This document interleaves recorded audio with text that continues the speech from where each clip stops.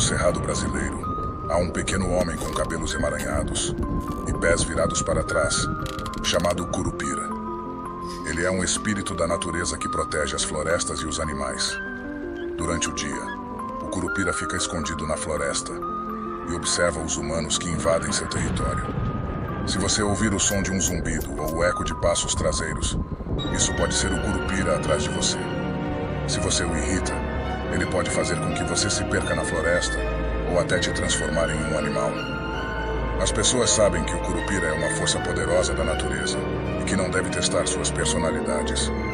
Por isso, é importante respeitar o Cerrado e todos os seus segredos.